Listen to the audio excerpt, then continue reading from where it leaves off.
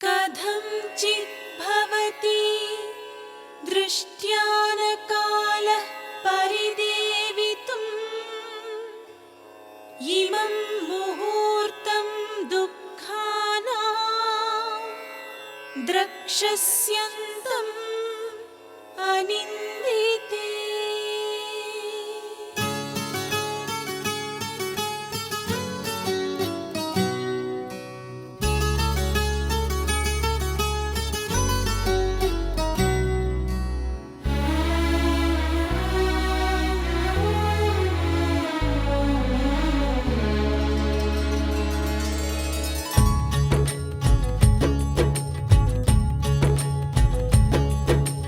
మనసున్న కోర్కెలు ఎల్లలు దాటితే సుందర కాండలే, మమతల మాటున వంచన చేరితే సుందర కాండలే.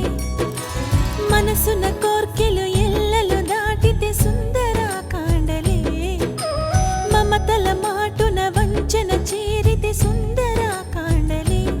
చీకటి కమ్మినా వెలుగయ్యే ఓ కదే సుందర కాండ. మనసున్న కోర్కెలు ఎల్లలు దాటితే సుందర కాండలే, మమతల మాటున వంచన చేరితే సుందర కాండలే.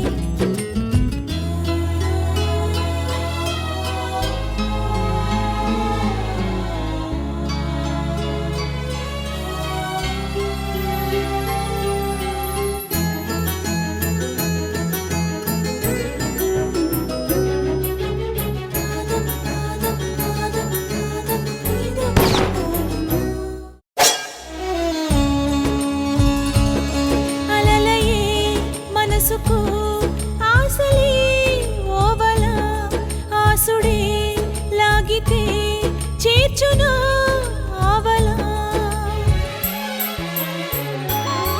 అలలయే మనసుకు ఆశలే ఓవల, ఆసుడే లాగితే చేర్చునా ఆవల.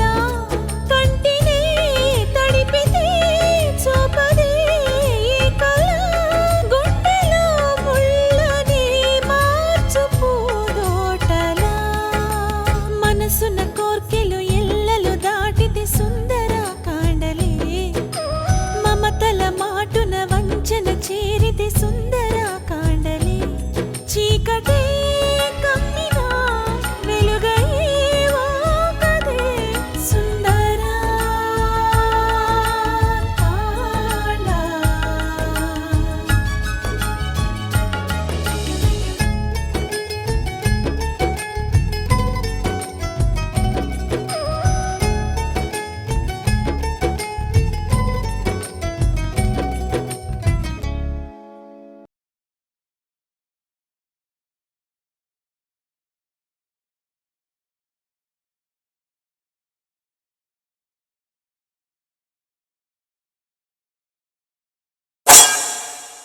కానీ ఒక్క విషయం ఖచ్చితంగా చెప్పండి, మా అమ్మాయి మా దగ్గరకు వస్తుంది కదా? కోర్టు ఎలాంటి శిక్ష విధించకపోతే ఖచ్చితంగా మీ దగ్గరికి క్షేమంగా వస్తుంది.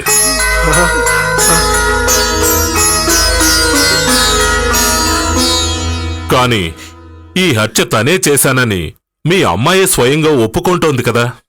ఒకవేళ హత్య చేసినట్టు ఒప్పుకున్నా హత్య చేయడానికి గల కారణాలు బట్టి ఏ విషయం తీర్పు వచ్చాక గాని చెప్పలేం. అసలు ఏ పరిస్థితుల్లో ఈ హత్య జరిగిందో ముందు తెలుసుకోవాలి. తెలుసుకోవాలంటే ముందు మా స్నేహితుతో మాట్లాడే అవకాశం కల్పించండి ఇన్స్పెక్టర్ గారు. అవునండి. పోలీస్ కస్టడీలో ఉండగా ఒక లాయర్కి తప్పించి ఇంకెవరికీ మాట్లాడే అవకాశం అమెరికా పోలీసులు పర్మిషన్ ఇవ్వరు. మీ చెల్లెలతో మాట్లాడాలంటే కోర్టు తీర్పు వచ్చేంత వరకు ఓపిక పట్టాల్సిందే.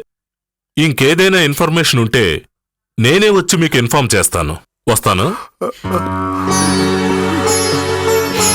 పర్వాలేదు, ఇప్పుడు ఎంబసీ వాళ్ళు టేకప్ చేశారు గనక కోర్టులోనైనా మన అమ్మాయి నిర్దోషి నిరూపింపబడితే చాలు. అలాగే అవుతుంది. అవును మావయ్య, ఆ దేవుణ్ణి ప్రార్థిద్దాం. లోపలికి తీసుకెళ్ళండి.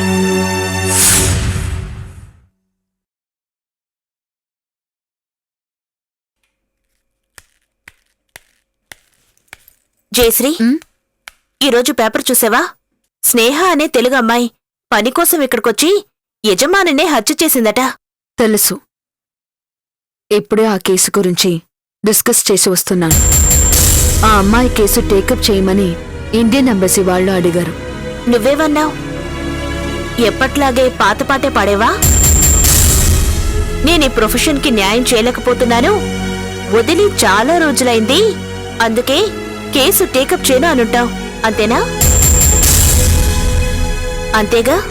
నీ మౌనమే చెప్తోంది.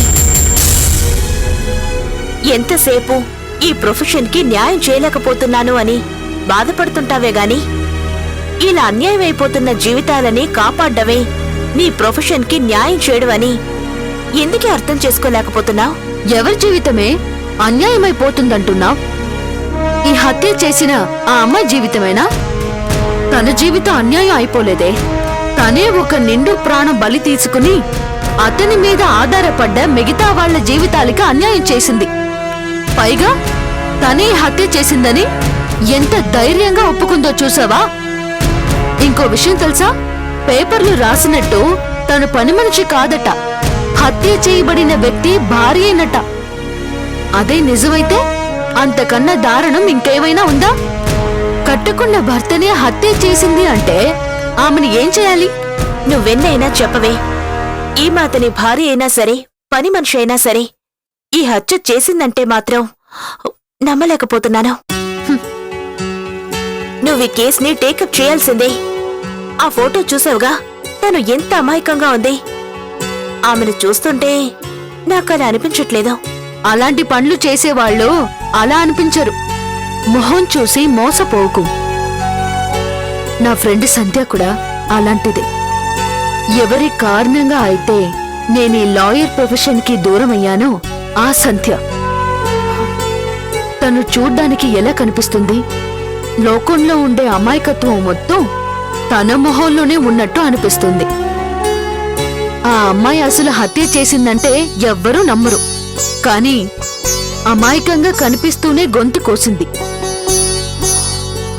అప్పుడు సంధ్య అమాయకురాలనుకుని కేసు వాదించి గెలిపించాను. కాని సంధ్య ఆ హత్య చేసిందని తెలుసుంటే తనకి నేనే శిక్ష పడేలా చేసుండేదాన్ని. తెలియక చేసిన తప్పుకి నా ప్రొఫెషన్ని వదులుకోవడమే కాకుండా జరిగింది తలుచుకుని ఇప్పటికీ ప్రతిక్షణం బాధపడుతూనే ఉంటాను. అలాంటిది హత్య చేశానని స్వయంగా అంగీకరించిన ఆ అమ్మాయి కేసు బాధిస్తానని ఎలా అనుకుంటున్నావు? అందర్నీ నువ్వు సంధ్యతోనే ఎందుకే పోలుస్తావు? హత్య చేసి కూడా చేయలేదని అబద్ధం చెప్పి సంధ్య నిన్ను మోసం చేసింది. కాని ఈ మాలా కదే, తనే హత్య చేసేనని స్వయంగా ఒప్పుకుంది. ఎవరైనా చిన్న తప్పు చేస్తేనే తాను ఏ తప్పు చేయలేదని తప్పించుకోవడానికి ప్రయత్నిస్తారు. అలాంటిది ఈ హత్య తనే చేసేనని ఒప్పుకుందంటే అందుకేదో బలమైన కారణం ఉండే ఉంటుంది. ఈ హత్య చేయడానికి ఎలాంటి పరిస్థితులు కారణమయ్యాయో అవేమీ తెలుసుకోకుండా తనని అనవసరంగా నిందించడం తప్పు. చూడు, ఒక ఆడది మగాడిని హత్య చేసిందంటే అందుకు రెండు కారణాలు ఉంటాయి. అయితే ఆ అక్రమ సంబంధమైన అయ్యుండాలి, లేదంటే ఆర్థిక సమస్య అయినా అయ్యుండాలి. ఈ రెండింట్లో ఏది కారణమైనా ఆమె నేరం చేసినట్టే. ఎందుకే ఎప్పుడు అలా నెగటివ్గా ఆలోచిస్తావ్? ఆమె నేరం చేసింది అనడానికి 100 కారణాలు చెప్తున్నావే, ఆమె నేరం చేయలేదు అనడానికి కనీసం ఒక్క కారణం కూడా కనిపించడం లేదా? సుందరా కాళా,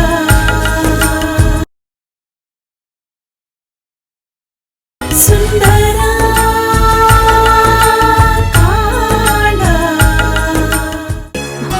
ఎందుకే ఎప్పుడు అలా నెగటివ్గా ఆలోచిస్తావ్?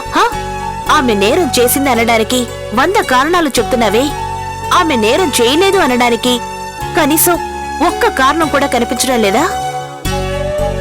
పోనీ అదంతా వదిలే. సాటి ఆడది, అందులోనూ మన తెలుగింటమ్మాయి, దేశం కాని దేశం వచ్చి ఇబ్బందులు పడుతుంది. ఆదుకోవాలన్న ఆలోచన కొంచెం కూడా కలగడం లేదా? మీ అందరికీ పిచ్చి పట్టిందే. ఎంతసేపు ఆడది తెలుగు అమ్మాయే అని ఆలోచిస్తున్నారే కాని ఆమె చేసిన నేరం గురించి ఆలోచించట్లేదా? సాటి ఆడదని, మన తెలుగు అమ్మాయని నేరం చేసినా క్షమించేసి ఆదుకుంటామా? అలా చేస్తే మళ్ళీ మళ్ళీ నేరం చెయ్యమని మనమే ప్రోత్సహించినట్టు అవుతుంది. పైగా నేరం చేసినా కూడా తప్పించుకునే అవకాశం ఉంటుందని ఈమెని చూసి ఇంకొంతమంది తయారవుతారు. ఫైనల్ గా క్రైమ్ ని ఎంకరేజ్ చేసిన వాళ్ళం అవుతాం. ఇలాంటి వాళ్ళ కేసుల గురించి వాదించి విడిపించడం కాదు, వీలైతే శిక్ష పడేలా చెయ్యాలి. ఇలాంటి ఆలోచనలు ఉన్న వాళ్ళందరికీ ఈ శిక్ష ఒక గుణపాఠం కావాలి. ఈమెకి నిజంగా శిక్ష పడితే సంతోషించే వాళ్ళల్లో నేనే మొదటిదానవుతాను. ఒక నేరస్తురాలికి శిక్ష పడకుండా కాపాడానే అన్న బాధ నుంచి కొంచెమైనా నాకు ఉపశమనం కలుగుతుంది.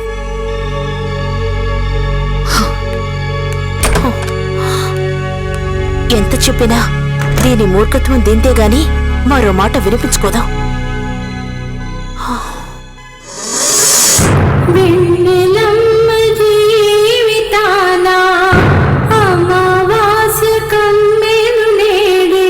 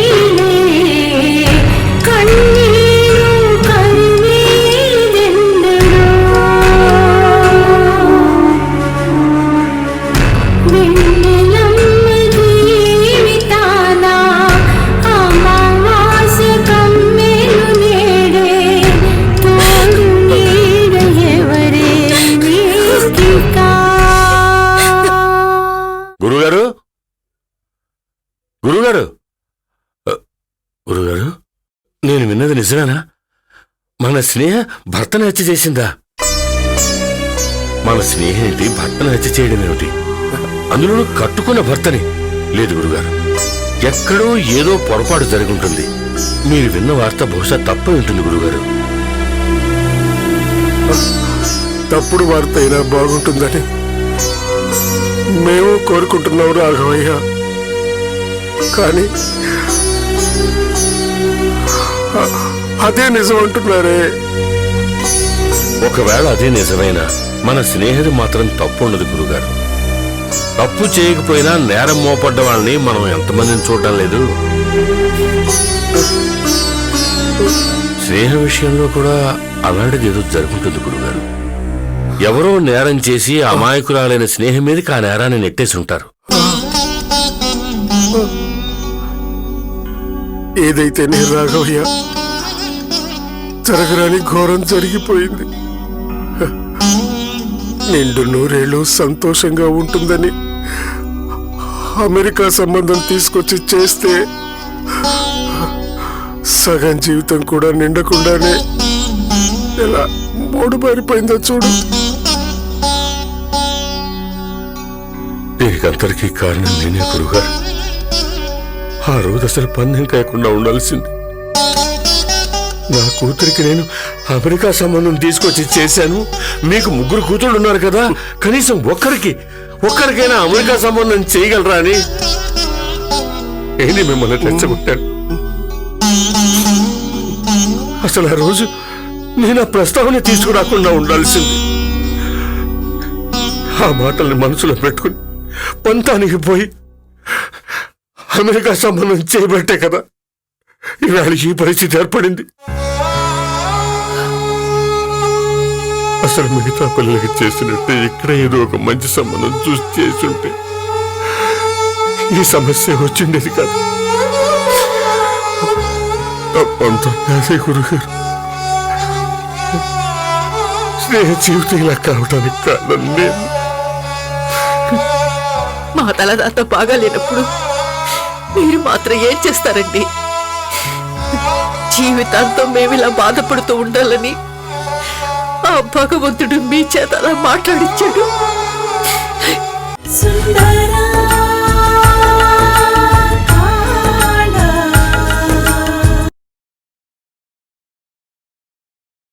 సుందరా కాళా తప్పు నీది కాదు రాఘవయ్య, నాది. అయినా నువ్వేదో మాట్లాడినంత మాత్రాన నేను ఆవేశపడాలని లేదుగా. నీ దగ్గర పంతం నెగ్గించుకోవాలని, నా గురించి 10 మంది గొప్పగా చెప్పుకోవాలని నా తాహతకు మించి కూతురు పెళ్లి జరిపించారు. అమెరికాలో నీ కూతురు గొప్పగా ఉంటుందన్న విషయం ఆలోచించారే కానీ అదే అమెరికా సంబంధాలు చేసుకుని నాశనమైపోతున్నా ఎంతో మంది ఆడపిల్లల గురించి ఆలోచించలేదయ్యా. అప్పుడే గనక నాకు ఆలోచన వచ్చుంటే ఇక్కడే ఏదో ఒక సంబంధం చూసి నా కూతురికి పెళ్లి చేసి ఉండేవాడిని. గొప్పలకి పోయి నా కూతురు జీవితం నాశనం కావడానికి కారణం అయి ఉండేవాడిని కాదు. గొప్పలకి పోయిన మీరు కాదు గురుగారు, నేను. నా కూతురు అమెరికాలో ఉందన్న విషయం మాత్రమే నాకు తెలుసు, కానీ అది ఎలా ఉందో కూడా నాకు తెలియదు.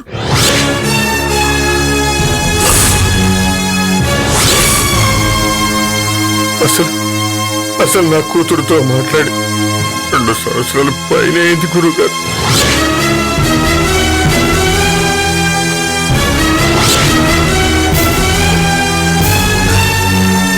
అమెరికా వెళ్ళాక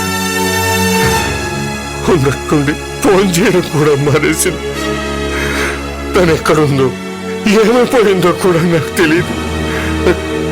కానీ ఈ విషయం బయటికి చెప్పుకుంటే నలుగురు ఏమనుకుంటారో నన్న భయం. నా కూతురు అమెరికాలో సంతోషంగా ఉంది, నాకు డబ్బులు కూడా పంపిస్తోందని లేని గొప్పలు చెప్పుకున్నాడు.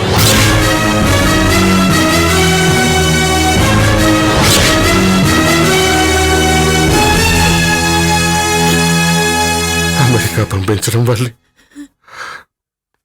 నా కూతురు నాకు దూరమైంది. పొరపాటున కూడా మీరు అమెరికా సంబంధం చెయ్యొద్దు అని సలహా ఇవ్వాల్సింది పోయి మీరు అమెరికా సంబంధం చేసిన రెచ్చగొట్టాను. అది నా తప్పు కాదంటారా గురుగారు?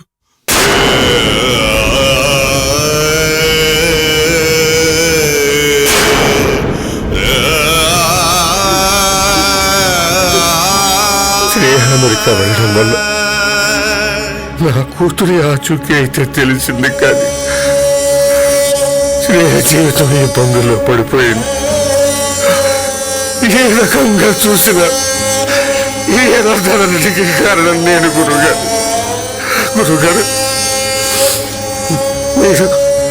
మీరు నన్ను క్షమించిన ఆ భగవంతుడు మాత్రం నన్ను క్షమించడు గురుగారు.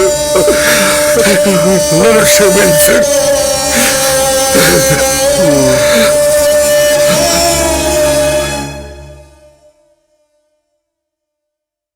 అమ్మా అమ్మా, వస్తున్నా. ఏంట్రా? స్నేహ వాళ్ళ ఇంటి వరకు వెళ్ళొస్తాను. వాళ్ళ ఇంటికెందుకు? ఇంతకీ నీకు ఈ విషయం తెలుసా అమ్మా? ఏంట్రా అది? భర్తని హత్య చేసిందని స్నేహను అరెస్ట్ చేశారట. ఎవరు చెప్పారు నీకు? ఫ్రెండ్ అమ్మా. మీ ఫ్రెండ్స్ కి ఇలాంటి మాటలు చెప్పడం తప్పితే వేరే పనే లేదా? వాళ్ళని ఎందుకమ్మా తిడతావు? చెప్తే తప్పే ఉంది. తప్పు లేదురా, కానీ తర్వాత ఎన్ని తిప్పలు పడాల్సి వస్తుందేమో అని భయం. అయినా ఇంత రాత్రిపూట వాళ్ళ ఇంటికి వెళ్ళి ఏం చేస్తావు?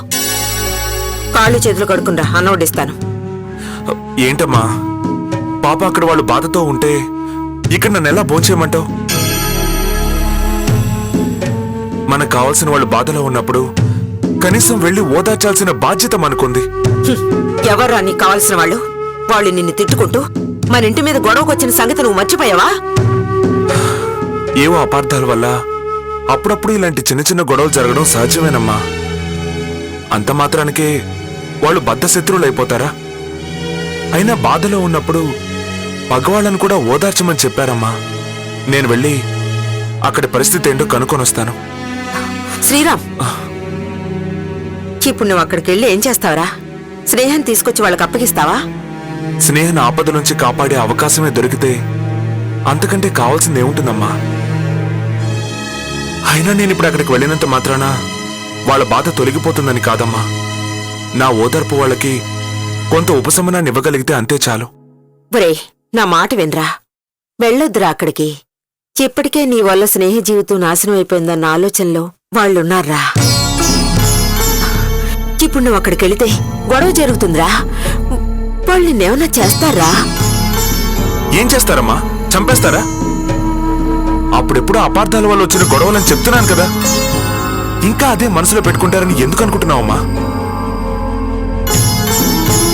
ఇప్పటికే స్నేహ పరిస్థితి తలుచుకొని బాధపడుతుంటారు వాళ్ళు. ఇప్పుడు నాతో గొడవ పెట్టుకునే ఓపిక అక్కడ ఎవరికీ ఉండదు. వెళ్ళొస్తానమ్మా. శ్రీరామ్,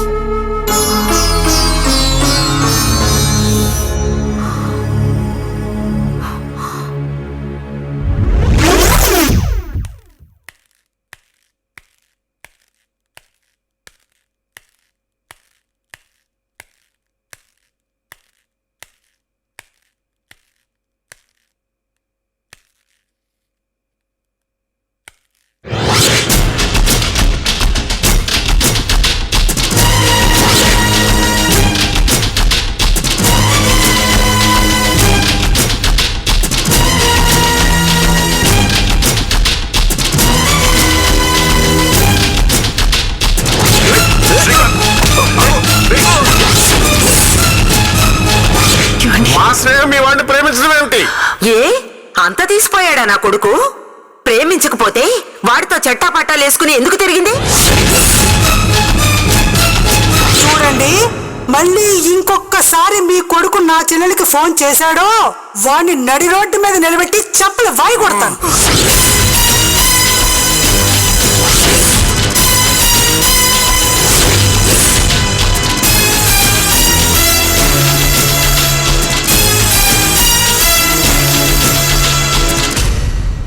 మనసున కోర్కెలు ఎల్లలు దాటితే సుందర కాండలే మమతల మాటున వంచన చే